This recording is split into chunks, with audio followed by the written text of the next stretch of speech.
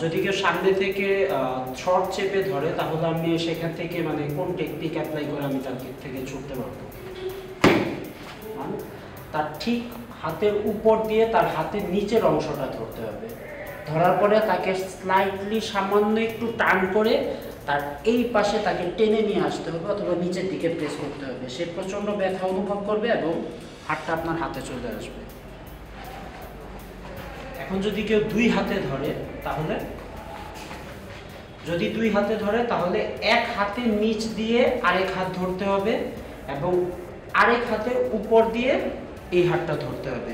ধরার পর শুধুমাত্র উপরের এলবোটা নিচের দিকে প্রেস হবে এবং নিচের এলবোটা উপর দিকে প্রেস হবে।